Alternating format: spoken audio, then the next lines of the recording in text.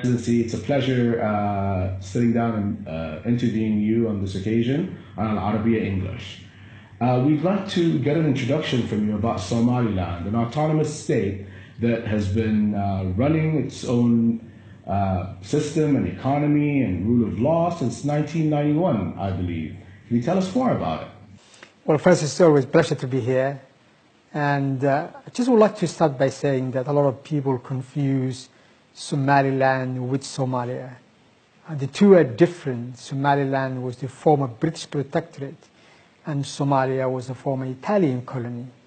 Somaliland got its independence on 26 June 1960 and was an independent state with a prime minister and a council of ministers and a legislative body before it joined Somalia on 1st July 1960. So it was really, there were two independent states that formed the Somali Republic at that time. Now Somaliland and Somalia were together for over 30 years, and that wasn't a very good experience for the Somaliland people. And when eventually the Somalia government collapsed in 1991, the people decided to reclaim their independence and return to the status quo of back in 26 June 1960. And since 1991, that's 27 years now, Somaliland has been an independent country. We have started reconciling our people in the early years and then decided to adopt democracy as a form of government, and that's what we have been doing. And since then, I think we had 6 elections, 3 presidential elections, and a parliamentary election, and 2 council elections. And Somaliland is a peaceful, stable country in the Horn of Africa. It's an exemplary, in fact, in many ways. And how is Somaliland ruled? It's a presidential democratic system, but there are other factors that are involved, maybe tribal factors. Well, Somaliland, as I said, adopted the democratic system as a way of governing it itself. We have 3 political parties which freely compete for the votes of the public, and we have a parliament which is elected by the people by 1 man, 1 vote, and a president which is elected also by the people. So we have a presidential system and a parliamentary system at the same time. And it's a system that works very well for us. And we think we have one of the most transparent and accountable and democratic systems in the Horn of Africa. But why is there no international recognition for Somaliland? Well, by the way, Somaliland is in a way recognized, but de facto. It's only the de jure recognition which is still elusive and missing. But everybody understands that there is a country out there called Somaliland, with a government which has authority and control over its territory. Somaliland fulfills all the conditions of a sovereign state. It has defined boundaries, it has a permanent population, 4 million people, and it has the ability to enter into agreements with other governments, with international companies, and institutions as well. So in a way, Somaliland is recognized, but of course, we would like to see a de jure recognition to be a member of the international community. And are there any kind of objections to your autonomous state by Somalia? Well, Somalia still claims Somaliland to be part of Somalia when it's not in fact. The facts on the ground are that there is a country called Somaliland which on its own, which is not ruled by Somalia. So the claim is there, but it's just a claim, because the fact of the matter is Somaliland is a separate country. And there is an economic boom in Somaliland. There's banking systems, there are communications systems established, international transactions occur. How did Somaliland manage to do that within this last period?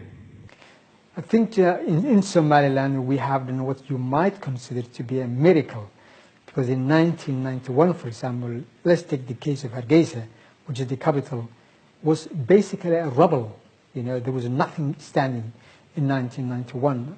And in just 26 years, without assistance from the international community and without recognition, we rebuilt our cities, particularly the capital, to the state that now we have a bustling, metropolis with over 1 million population, and we have, dozens of universities. We have private banks. There are 3 private banks, and we have adopted, in fact, a cashless system of transaction at the present time. We're one of the first, I think, in the world when it comes to the cashless society, using electronic money, And I think we have achieved all that through our effort of our people, the diaspora people who are, in America and in the West, in Western Europe, particularly in the Gulf, in fact, has played a major role in rebuilding the country.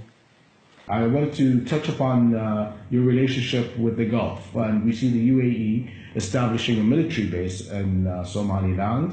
Furthermore, DP World has taken over Berbera port for a long-term period of about 30 years. And all these investments coming from the UAE, how are they helping grow the economy in Somaliland? Well, our relations with the United Arab Emirates and the Gulf, in fact, goes a long way.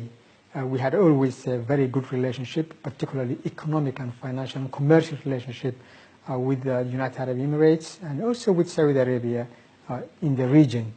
And, we're just building on that.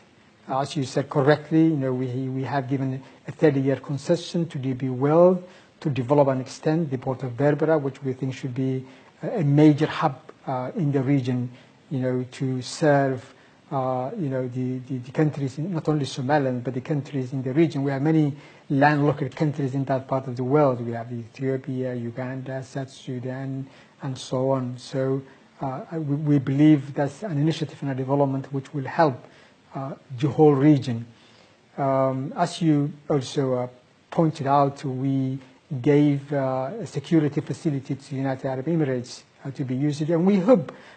Some people sometimes express concerns about the impact of that, or the instability that may cause. As a matter of fact, as far as we are concerned, we think it's a stabilizing factor, which is added to the region.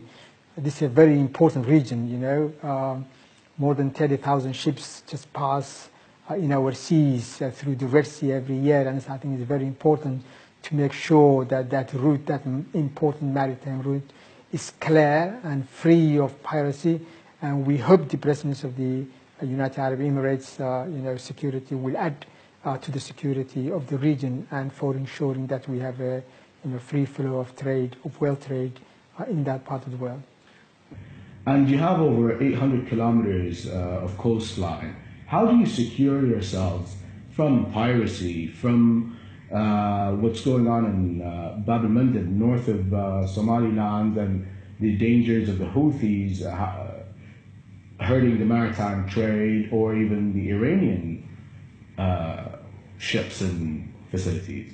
Well, you're absolutely right. We have about 800-kilometer long coast, and we have been able to free that area of piracy. Piracy is a land-based crime, and in fact we have managed to make sure that the pirates do not have that base in Somaliland, and we have a coast guard which is efficient and strong. Of course, it can be developed. We hope it will be developed, and we hope the United Arab Emirates will help us develop, which is taking care of the security of the seas. So what's the role of the UAE from a security perspective in Somaliland and around the coast? Well, we hope the presence of the United Arab Emirates in Somaliland will strengthen, stability and security in the region. I mean, as you have correctly pointed out, there are some, there is, a lot of contention in that region at the present time. Unfortunately, it seems like we are going back to the bad Cold War sort of days. We believe, the presence of the United Arab Emirates will add to stability in the region. And what are the threats that you see at the moment in the region around you? Well, we face the same threats that other regions other countries in the region face at the present time. There is the extremism, of course. There is the piracy. There is the illegal immigration, human trafficking. I mean, these are all instabilities, and of course, as you know, in Somalia there is still a lot of instability going on in there, and now we have the war in Yemen. So there are a good number of challenges at the present time in the region. And at this time, with all these threats around you, is that affecting the trade flow to Somaliland? Well, not really exactly. The trade is just flowing as it used to be, but of course it adds additional uncertainty and risk at the regional level, not necessarily at the Somaliland level, but at the regional level. And we would like to see the whole region peaceful and stable and prosperous. That's really our objective and aim. So how deep are your relationships with the other Gulf countries, with Kuwait, Oman, Saudi Arabia, Bahrain, and so forth? Well, we have good relations, in fact, with all of them. We have good relations with Saudi Arabia. Saudi Arabia is our main export destination. Our main exports are livestock, and they go mainly to Saudi Arabia, up to 80%. We have also commercial ties and relations with Oman. We have good relations with Kuwait. There are a number of projects which Kuwait funds now, funded in Somaliland. So we have a very good relationship with all the countries in the region. And to what level or what end would you like to take those relationships? We would like to deepen those relationships with the Gulf countries. We would like to see more investors coming from the region. We would like to see more trade flows between us and the region. And in fact, we would like to see our economies more integrated. We have a lot of opportunities for investors in particular in different areas, in agriculture, in livestock, in minerals, in tourism, in services. And we would like to see some of the investors in this part of the world coming to Somalia and investing in it. And I would like to know more about the Foreign Direct Investment Office and the Trade Office that you're establishing in Dubai. What's the goal of that setup, and what's the aim behind it? We're planning to set up an investment company within the Dubai International Financial Center. And the purpose of that company will be to facilitate investment in Somaliland as an international hub. That will be to attract investors not only from this part of the world, from the Gulf, but also from the rest of the world. Yeah. Well, its role will be to create venture companies, joint companies, from investors from different parts of the world, and it will be a facilitator. It will be a facilitating company, basically. The companies will be working and operating in Somaliland, but the formation will take place here. And I wanted to know more about the relationship with Somalia. There's a new presidency in Somalia, and there's a new presidency in Somaliland. And I wanted to know if there's been any engagement or communication between the two governments. Yes, well, we consider Somalia as a neighbor. Unlike the rest of our neighbors, we would like to have a good, cordial, friendly relationship with Somalia. We started a dialogue to establish our future relations with Somalia back in 2012, and that started in London. Since then, we had maybe about 10 different meetings, mainly facilitated by the Turks. Now the talks are in suspense, has been suspended in 2016, but both Somaliland and the President of Somaliland and the President of Somalia are committed to the resumption of the talks, and we hope that this year we will resume the talks again. Thank you very much. Thank you very much. Thank you very much. It's my pleasure.